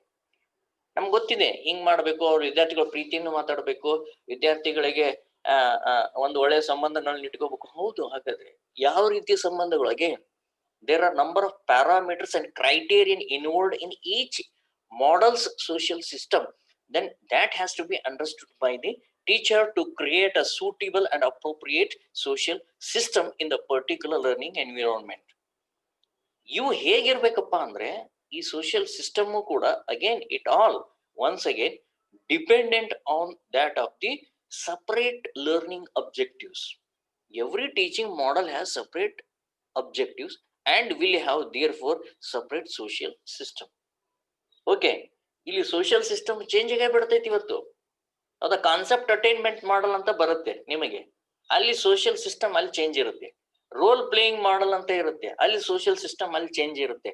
ಮತ್ತೆ ಇನ್ನೊಂದು ಮಾಡಲ್ ಏನಪ್ಪಾ ಅಂತಂದ್ರೆ ಇಂಡಕ್ಟಿವ್ ಥಿಂಕಿಂಗ್ ಮಾಡಲ್ ಅಂತ ಇರುತ್ತೆ. ಅನುಗಮನ ವಿಚಾರಣ ಮಾದರಿ ಅಂತ ಹೇಳ್ತಾ ಹೋಗ್ತೀವಿ. ರೋಲ್ ಪ್ಲೇಯಿಂಗ್ ಪಾತ್ರ ಮಾದರಿ, ಕಾನ್ಸೆಪ್ಟ್ ಅಟೈನ್ಮೆಂಟ್ ಕಾನ್ಸೆಪ್ಟ್ ಅಟೈನ್ಮೆಂಟ್ ಮಾಡಲ್, ಪರಿಕಲ್ಪನಾ ಸಾಧಿಸುವಿಕೆ ಮಾದರಿ. ಹೀಗೆ ಪ್ರತಿಯೊಂದು ಮಾದರಿಗಳು, ಇನ್ನೂ ಸಾಕಷ್ಟು ಮಾದರಿಗಳು ಬರ್ತಾವಲ್ಲ, ಪ್ರತಿಯೊಂದು ಮಾದರಿಯ ಉದ್ದೇಶಗಳು ಬೇರೆ ಬೇರೆ ಆಗಿರೋದ್ರಿಂದ ಇಲ್ಲಿ ಸೋಷಿಯಲ್ ಸಿಸ್ಟಮ್, ಸಾಮಾಜಿಕ ವ್ಯವಸ್ಥೆಯು ಕೂಡ ಏನಾಗ್ತಾ ಹೋಗ್ತೈತಿ, ಬೇರೆ ಬೇರೆ ಆಗ್ತೈತಿ. ಅಂದ್ರೆ ನಮ್ಮ ರೋಲ್ಗಳು ಏನಾಗ್ತಾ ಹೋಗ್ತಾವ, ಟೀಚರ್ಸ್ ರೋಲ್ಗಳು ಕೂಡ ಈ ಸಂದರ್ಭಗಳಲ್ಲಿ ಬೇರೆ ಬೇರೆ ಆಗ್ತೈತಿ. ಅದನ್ನ ನಾವು ತಿಳ್ಕೋಬೇಕು.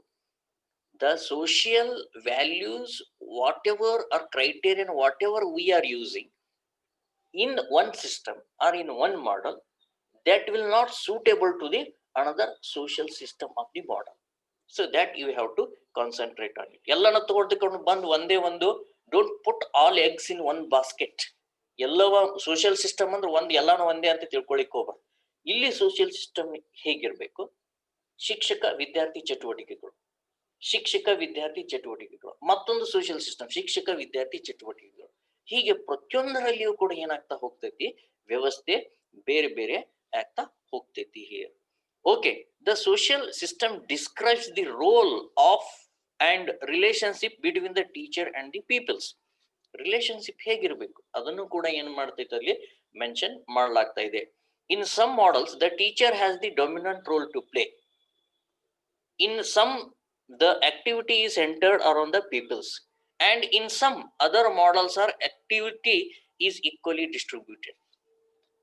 It is clearly stated in these statements that in some models, teacher's role is dominance, means he has to come forward and lead it, and he has to lead all the students in his way to carry out and reach the goal.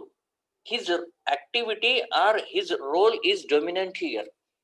ಕೆಲವೊಂದು ಮಾದರಿಗಳಲ್ಲಿ ಶಿಕ್ಷಕರ ಪಾತ್ರ ಏನಾಗಿರ್ತೈತಿ, ಅತಿ ಹೆಚ್ಚಿರ್ತೈತಿ. The very much concentration to the role of the teacher is given in one of the social system. In another system, activities ಕೊಟ್ಟಿರ್ತಾರಲ್ಲಿ. In activities, it means that there the role is not concerned to mainly focuses on that of the, not only that of the teacher or the students, the focus mainly centered around the activities. ಇಲ್ಲಿ ಶಿಕ್ಷಕರು teacher ಆ activities ಮೇಲೇನೆ ಏನ್ ಮಾಡಬೇಕಾಗ್ತೈತಿ, ನೀವು ಇಬ್ರು ಕೂಡ ಅದರಲ್ಲಿ ಪಾಲ್ಗೊಳ್ಬೇಕಾಗ್ತೈತಿ. But in some of the models they are equally distributed. Okay, so there is no more activities with the students or more activities on that of the focuses on the activities on that of the activities and focuses not on the teachers. So therefore social system is going to be varying with respect to each variety of the model.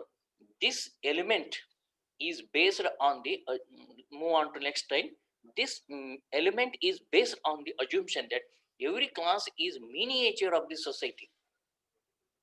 ಈ ಅಜುಮ್ಷನ್ ಏನು, ಎಟ್ last ಯಾವ ಒಂದು ಊಹೆಯ ಮೇಲೆ ಸಂಪೂರ್ಣವಾಗಿ ನಿಂತಿದೆ. ಕೊನೆಯದಾಗಿ ಒಂಥರ ಏನಂತಂದ್ರೆ ಇದು conclusive type of the statement year. ಒಂದು ಕನ್ಕ್ಲೂಸಿವ್ ಸ್ಟೇಟ್ಮೆಂಟ್ ಅಂತ ಹೇಳ್ಬೋದು ನಾವು ಇದನ್ನ. ಏನು? Class is a miniature of, class is a miniature of society. ಈ ಸಮಾಜ ಏನಿದೆ ಅಲ್ಲ, ಇದು ನಮ್ಮ ಕುಟುಂಬ ಏನಿದೆ ಅಲ್ಲ, ಅಥವಾ ಯಾವುದೇ ಸಂಘ ಸಂಸ್ಥೆಗಳಲ್ಲಿ ಕೆಲಸ ಏನ್ ಮಾಡ್ತಿರ್ಲಿಲ್ಲ, ಅದು ಒಂದು ಸಾಮಾಜಿಕ ಸಂಸ್ಥೆಗಳಂತ ಏನ್ ಹೇಳ್ತೀವಲ್ಲ, ಅದೇ ರೀತಿಯಾಗಿ ವರ್ಗ ಕೋಣೆಯು ಕೂಡ ಒಂದು ಏನಾಗ್ತದೆ, ಪ್ರತಿಯೊಂದು ವರ್ಗ ಕೋಣೆಯು, every classroom is a miniature of the society. ಸಮಾಜದ ಒಂದು ಪುಟ್ಟ ಸಮಾಜ ಅಂತ ನಾವ್ ಏನ್ ಮಾಡ್ಬೇಕಾಗ್ತೈತಿ, ಪ್ರತಿಯೊಂದು ವರ್ಗ ಕೋಣೆಯನ್ನ ಪರಿಗಣಿಸ್ಬೇಕಾಗ್ತೈತಿ. ಆ ರೀತಿಯಲ್ಲಿ ಪುಟ್ಟ ಸಮಾಜ ಎಲ್ಲಿದೆ ಅಂತಂದ್ರೆ ಅದು ವರ್ಗ ಕೋಣೆಯಲ್ಲಿದೆ, ಪ್ರತಿಯೊಂದು ವರ್ಗ ಕೋಣೆ. ಇಂತಹ ಒಂದು ಊಹೆಗಳನ್ನ, ತಾತ್ವಿಕತೆಯನ್ನ ಇಟ್ಕೋಬೇಕಾಗ್ತೈತಿ.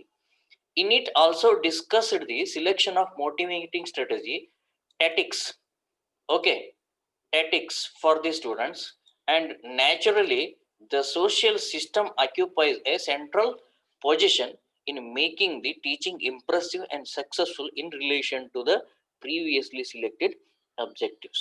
As we know it very well, the each model, it has its own prescribed type of the objectives on which all the social system occupies the role, and role of motivating the static tactics and the strategies for the students.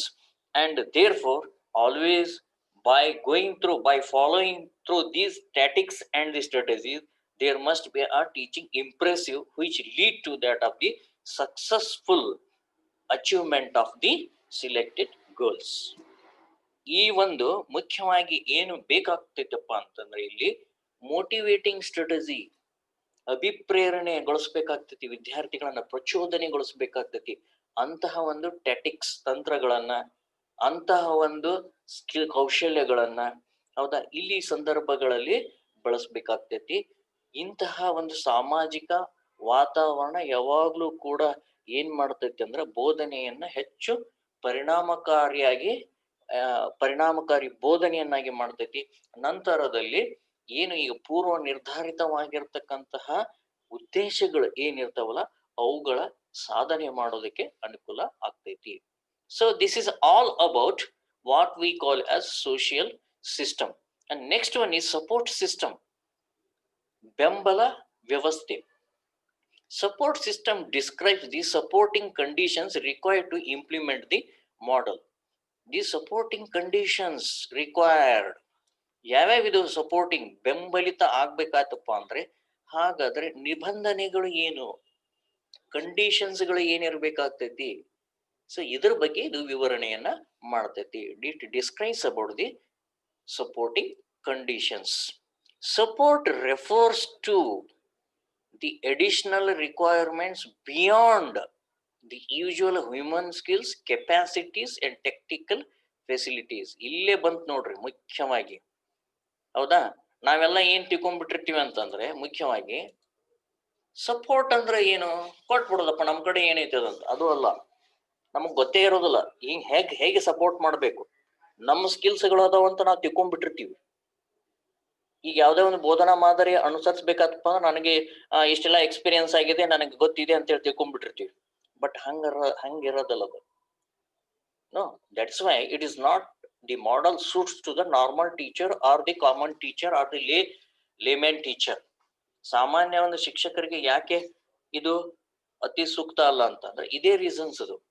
V have to come out with beyond our human skills and capacities and technical facilities, whatever we have not inculcated and we have not imbibed with it. ನಮ್ಗೆ ಗೊತ್ತಿರೋದಿಲ್ಲ ಏನಿದು ಮಾನವನ ಕೌಶಲ್ಯಗಳು ಏನಿದಾವಲ್ಲ, ಇವುಗಳ ದಾಟಿ ನಾವು ಹೋಗ್ಬೇಕಾಗ್ತೈತೆ. ಅಂದ್ರೆ ಇನ್ನೂ ಹೆಚ್ಚು ಕೌಶಲ್ಯಗಳನ್ನ ಅನುಸರಿಸುವಂತೆ, ಸಾಮರ್ಥ್ಯಗಳನ್ನ ನಾವು ಗಳಿಸಿಕೊಳ್ಳುವಂತೆ ಮತ್ತು ಟೆಕ್ನಿಕಲ್ ಫೆಸಿಲಿಟೀಸ್ ಗಳನ್ನ ನೀಡ್ತಕ್ಕಂಥದ್ದು, ಹೌದಾ, ತಾಂತ್ರಿಕ ಕೌಶಲ್ಯಗಳನ್ನ ಇವು ನೀಡ್ತಕ್ಕಂಥದ್ದು. ಇವೆಲ್ಲ ಏನಾಗಿದಾವಪ್ಪ ಅಂದ್ರೆ ಎಡಿಷನಲ್ ರಿಕ್ವೈರ್ಮೆಂಟ್ಸ್ ಅಂತ ಕರಿತೀವಿ, ಹೌದಾ. ಇನ್ನು ಹೆಚ್ಚಿನ ಒಂದು ಅವಶ್ಯಕತೆಗಳು ಇವು ಬೇಕಾಗ್ತೈತಿ. ಅದಕ್ಕೆ ಇದು ಸಪೋರ್ಟ್ ಅಂತ ಹೇಳಿದಾರ ಅವರು.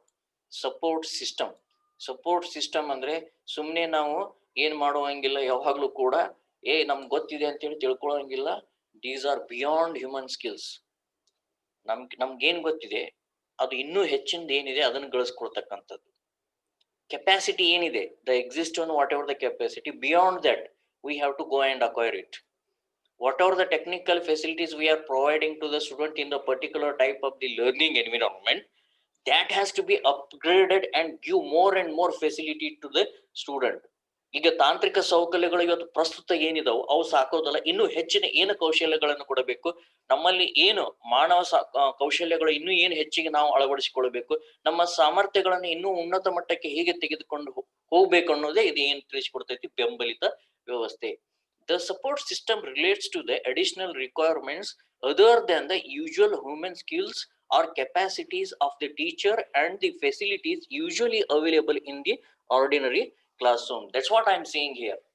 Ordinary classrooms, as usually you know it, the basics requirement as a fundamental or infrastructure facilities. ಒಂದು ಸಾಮಾನ್ಯ ವರ್ಗ ಕೋಣೆಯಲ್ಲಿ ಸಾಮಾನ್ಯ ರೀತಿಯಾಗಿರ್ತಕ್ಕಂಥ ಎಲ್ಲಾ ಮೂಲಭೂತ ಸೌಕರ್ಯಗಳು ಇದ್ದೇ ಇರ್ತವೆ. But we have to keep on enhancing these, upgrade these, and make the installments of all the teaching learning aids into that particular type of the environment. You have to increase them. ಅವುಗಳನ್ನು ಕೂಡ ಬೋಧನಾ ಕೌಶಲ್ಯಗಳನ್ನು, ಮೂಲಭೂತ ಸೌಕರ್ಯಗಳನ್ನು, ಮಾನವ ಸಾಮರ್ಥ್ಯಗಳು ಏನು ಸಾಮಾನ್ಯ ರೀತಿಯಲ್ಲಿ ಇರ್ತಲ್ಲ ಆರ್ಡಿನರಿ ಟೀಚರ್ಗೆ, ಅದನ್ನು ದಾಟಿ ಏನ್ ಮಾಡಬೇಕಾಗ್ತೈತಿ, ಈ ಬೆಂಬಲಿಸಿದ ವ್ಯವಸ್ಥೆ ನೀಡಬೇಕಾಗ್ತೈತಿ. ಓಕೆ.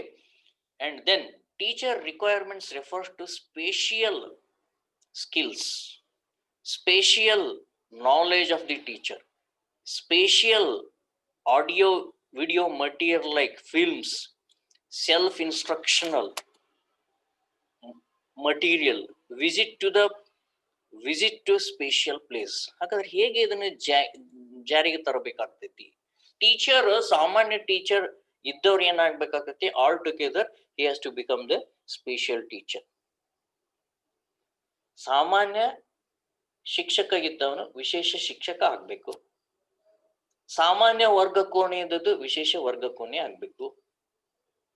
ಸಾಮಾನ್ಯ ಮೂಲಭೂತ ಸೌಕರ್ಯಗಳು ಏನು ಸಿಗ್ತಾವಲ್ಲ ವರ್ಗ ಕೋಣೆಯಲ್ಲಿ, ಅಲ್ಲಿ ವಿಶೇಷವಾಗಿರ್ತಕ್ಕಂತಹ ಮೂಲಭೂತ ಸೌಕರ್ಯಗಳನ್ನ ಕೊಡಬೇಕು. ಉದಾಹರಣೆಗೆ ಫಿಲ್ಮ್ಸ್, ಈಗ LCD ಪ್ರೊಜೆಕ್ಟರ್ ಅಂತ ನಿಮಗೂ ಬರುತ್ತೆ ಈಗಿನ ಕಾಲದಲ್ಲಿ. ಸೆಲ್ಫ್ ಇನ್ಸ್ಟ್ರಕ್ಷನಲ್ ಮಟೀರಿಯಲ್ ಅಂದ್ರೆ ಈ ಪ್ರೋಗ್ರಾಮ್ಡ್ ಲರ್ನಿಂಗ್ ಮಟೀರಿಯಲ್ಸ್ ಗಳಂತ ಹೇಳ್ತೀವಿ ನಾವು. ಕ್ರಮಾನುಗತ ಸರಣಿ ಎಲ್ಲಿರ್ತಕ್ಕಂತಹ ಬೋಧನೆಗಳು, ಮಟೀರಿಯಲ್ಗಳು. ಫಿಲ್ಮ್ಸ್, ಲ್ಯಾಬೋರೇಟರಿ ಕಿಟ್ಸ್, ಹೌದಾ, ಪ್ರಯೋಗಾಲಯದ ಕೈಪಿಡಿಗಳು, ಹೌದಾ, ಪ್ರಯೋಗಾಲಯ ಸಾಮಗ್ರಿಗಳು. ಸೊ ಇವು ಎಲ್ಲ ಏನ್ ಮಾಡ್ಬೇಕಾಗ್ತೈತಿಪ್ಪ ಅಂದ್ರೆ, these are the additional requirement which are enhancing the normal human skill to the spatial human skills, capacities and technical facilities.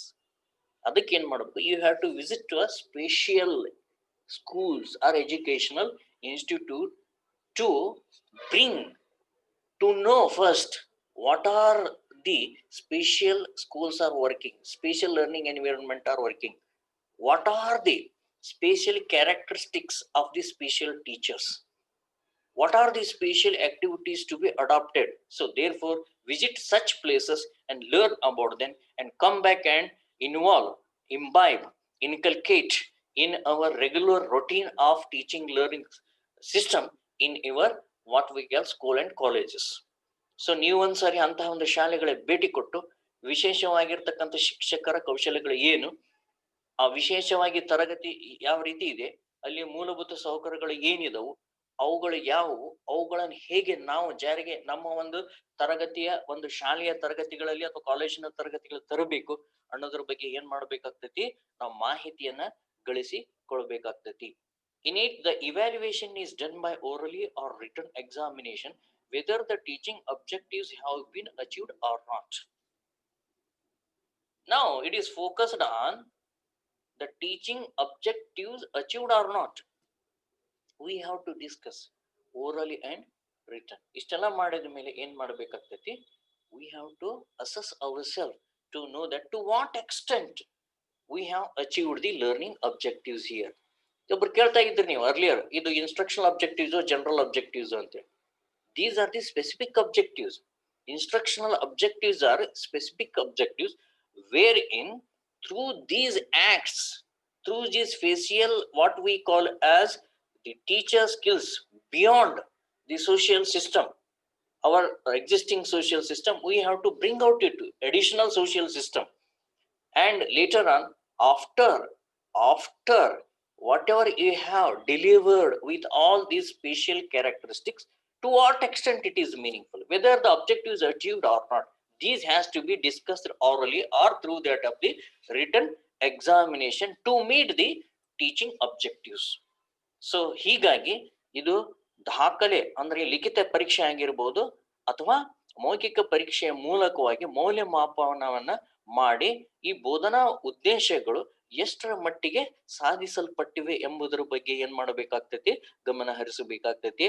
ಅಷ್ಟೇ ಅಲ್ಲದೆ on the basis of this success or failure, clear the ideas, clear a idea is achieved regarding the effectiveness of the strategy, tactics and techniques used during teaching. ನೀವು ಒಂದು ಸಾರಿ evaluation ಮಾಡಿದ್ರೆ ಅಂದ್ರೆ, since you are evaluating orally or theoretically, and you will come to know where is the success, where is the failure, and how is the effectiveness of our strategies and tactics and the teaching used during your presentations of the or delivery of the lessons. ನಿಮಗೆ ಗೊತ್ತಾಗ್ಬಿಡ್ತೈತಿ ನೀವು ಮೌಲ್ಯಮಾಪನದಲ್ಲಿ ತೊಡಗಿಸಿಕೊಂಡಾಗ ಎಷ್ಟರ ಮಟ್ಟಿಗೆ ನೀವು ಉದ್ದೇಶಗಳನ್ನ ಸಾಧಿಸಿದ್ರಿ, ಆ ವಿಚಾರ ಯಾವ ರೀತಿಯಾಗಿ ಈಡೇರಿಸಲ್ಪಟ್ಟಿದೆ, ನಿಮ್ಮ ತಂತ್ರಗಳು, ಕೌಶಲ್ಯಗಳು, ತದನಂತರದಲ್ಲಿರ್ತಕ್ಕಂತಹ ವಿಧಾನಗಳು, ನೀವು ಬೋಧನೆಯಲ್ಲಿ ಎಷ್ಟು ಹೇಗೆ ಅಳವಡಿಸಿಕೊಂಡಿದ್ದೀರಿ, ಅವುಗಳ ಪರಿಣಾಮಕತೆ ಏನು ಎಂಬುದು ಕೂಡ ಏನಾಗ್ತಾ ಹೋಗ್ತೈತಿ ಈ ಬೆಂಬಲಿತ ವ್ಯವಸ್ಥೆಯ ಮೂಲಕವಾಗಿ ಕಂಡು ಬರುತ್ತೆ. And last one is the application, ಅನ್ವಯೀಕರಣ. ಓಕೆ, ಅಥವಾ ಅನ್ವಯ. It is important element of the teaching model. It is important element of the teaching model. It means the utility or the usage of the learner material in other learning situations. In other learning situations. Utility means whatever the student learn in a particular type of the learning environment. One minute.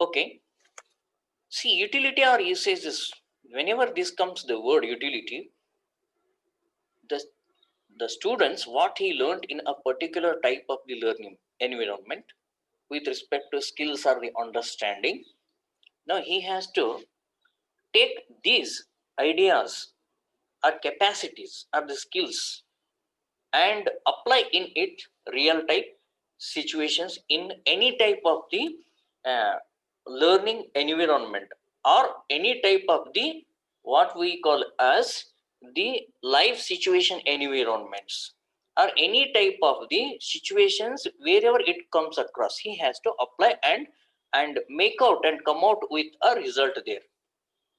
ಈ ಯಾವ ರೀತಿ ಬಳಕೆ ಮಾಡ್ಕೋತಾರೆ ಅವರು ಕಲ್ತಿರ್ತಕ್ಕಂಥ ಮಟೀರಿಯಲ್ಗಳನ್ನ, ಬಳಸ್ತಕ್ಕಂಥ ಮಟೀರಿಯಲ್ಗಳನ್ನ ಅಥವಾ ಜ್ಞಾನವನ್ನ ಅಥವಾ ತಿಳುವಳಿಕೆಯನ್ನ ಅವ್ರು ಏನ್ ಮಾಡ್ಬೇಕಾಗ್ತೈತಿ, ಇನ್ನಿತರ ಸಂದರ್ಭಗಳಲ್ಲಿ ಅವುಗಳನ್ನ ಅನ್ವಯಕರಣ ಮಾಡಬೇಕಾಗ್ತೈತಿ. Several types of the teaching models are available.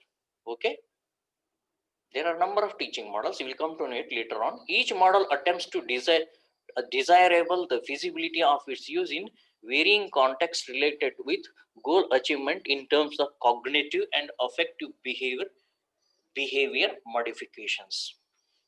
Each model attempts desirable the feasibility of its use in various contexts. Okay, listen here. There is a feasibility in each model. One model may focus on to develop the leadership. One Another model may focus on the inductive thinking abilities of the students. Another model may focus on development of the social characteristics of the learner with respect to varying context. So therefore, whether it is the ability related to cognitive domain or affective domain or psychomotor domain, they are to be get modified constantly to apply in a particular environment how best he is going to utilizing it. So ಹೀಗೆ ಪ್ರತಿಯೊಂದು ಸಂದರ್ಭಗಳಲ್ಲಿ ಏನ್ ಮಾಡ್ಬೇಕಾಗ್ತೈತಿ, ವಿದ್ಯಾರ್ಥಿ ಇವುಗಳನ್ನ ಬಳಸ್ಕೊಳ್ಬೇಕಾಗ್ತೈತಿ. ಜ್ಞಾನಾತ್ಮಕ ವಲಯದ ಮೂಲಕ ಅವನ್ ಏನ್ ಮಾಡ್ಬೇಕಾಗ್ತೈತಿ, ಗೋಲ್ ಏನಿದೆಯಲ್ಲ, ಧ್ಯೇಯ ಅಥವಾ ಉದ್ದೇಶಗಳನ್ನ ಈಡೇರಿಸಬಹುದಾಗಿದೆ.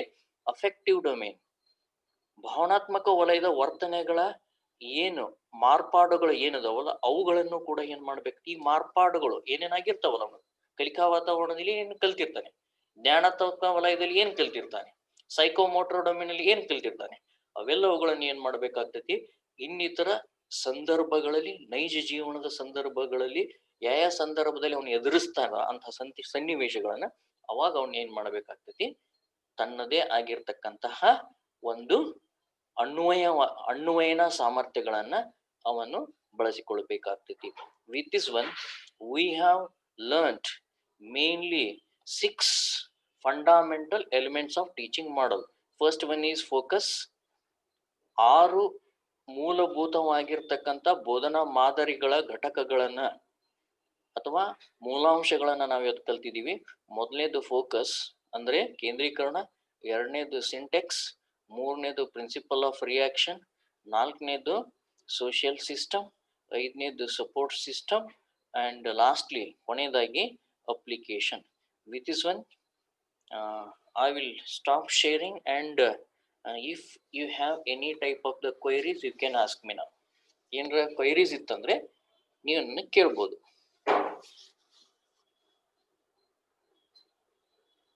ಸರ್, ಬೋಧನಾ ಮಾದರಿಯ ತತ್ವಗಳು ಅಂದ್ರೆ ಇವನ ಬರೀಬೇಕೇನು? ಬೋಧನಾ ಮಾದರಿಯ ತತ್ವಗಳು, ಎಸ್, ಇವು ಕೂಡ ಬರ್ತವೆ ಅಲ್ಲಿ. ಹಂತಗಳು ಅಂತ ಕರಿತೀವಿ ಮೇನ್ಲಿ. ಮುಖ್ಯವಾಗಿ ಈ ತತ್ವಗಳ ಆಧಾರದ ಮೇಲೆ ಹಂತಗಳು ನಿಂತಿರ್ತವೆ. ಓಕೆ, ಕ್ಯಾರೆಕ್ಟರಿಸ್ಟಿಕ್ಸ್ ಕಲ್ತಿದೀವಿ ನಾವೀಗ, ಹೌದಾ? ಇವಕ್ಕೆ ಮುಖ್ಯವಾಗಿ ಏನು ಎಲಿಮೆಂಟ್ಸ್ ಅಂತ ಕರಿತೀವಿ. ಎಲಿಮೆಂಟ್ಸ್ ಅಂತ ಯಾಕೆ ಕರಿತೀವಿ ಅಂದ್ರೆ ಇದ್ರ ಮೇಲೆನೆ ಎಲ್ಲ ನಿಂತಿದೆ ಮುಖ್ಯವಾಗಿ. ಓಕೆ, ಇವು ತತ್ವಗಳು, ಈ ಪ್ರಿನ್ಸಿಪಲ್ಸ್ ಮೇಲೆನೆ ಹೋಗ್ಬೇಕು ನಾವು ಕೂಡ. ಸರ್, ಕ್ವಶನ್ ಪೇಪರ್ನಾಗ ಬೋಧನಾ ಮಾದರಿಯ ಘಟಕಾಂಶಗಳನ್ನಂತ ಕೇಳ್ಯಾರಿ, ತತ್ವಗಳನ್ನಂತ ಕೇಳ್ಯಾರಿ. ಘಟಕಾಂಶಗಳು ಹೌದೌದು, ಘಟಕಾಂಶಗಳು, ಮೂಲಾಂಶಗಳು, ಘಟಕಗಳು, ಎಲಿಮೆಂಟ್ಸ್. ಕನ್ನಡದಾಗ ಏನಾಗ್ತಾವ, ಸ್ವಲ್ಪ ಇದಾಗ್ತಾವ ಎಲ್ಲ, ಒಬ್ಬೊಬ್ಬರು ಒಂದೊಂದ್ ತರನಾಗಿ. ಅದಕ್ಕೆ ಕಾಂಪೋನೆಂಟ್ಸ್ ಅಂತ ಕರೀತಾರೆ ಕನ್ನಡದಲ್ಲಿ. ಅದಕ್ಕೆ ನನ್ಗೆ ಏನಾಗ್ತಿದೆ, ಕನ್ನಡ ಬಂತಪ್ಪ ಅಂತಂದ್ರೆ ಇವು ಯಾರ್ಯಾರು ಏನೇನು ಯೂಸ್ ಮಾಡ್ತಾರೋ ಗೊತ್ತಾಗೋದಿಲ್ಲ. ಅದಕ್ಕೆ ಇಂಗ್ಲಿಷ್ ನೀವು ವರ್ಷನ್ ಅನ್ನ ನೀವು ನೋಡ್ಕೊಂಡು ಅದನ್ನ ಆನ್ಸರ್ ಮಾಡ್ರಿ, ಅದು ಏನಾಗಿರ್ತದೆ ಅಂತ ಹೇಳಿ. Okay, shall I wind up now? ಮತ್ತೇನಿದೆಯಾ ಹೇಳೋದು? Okay, fine, thank you very much, good day, by.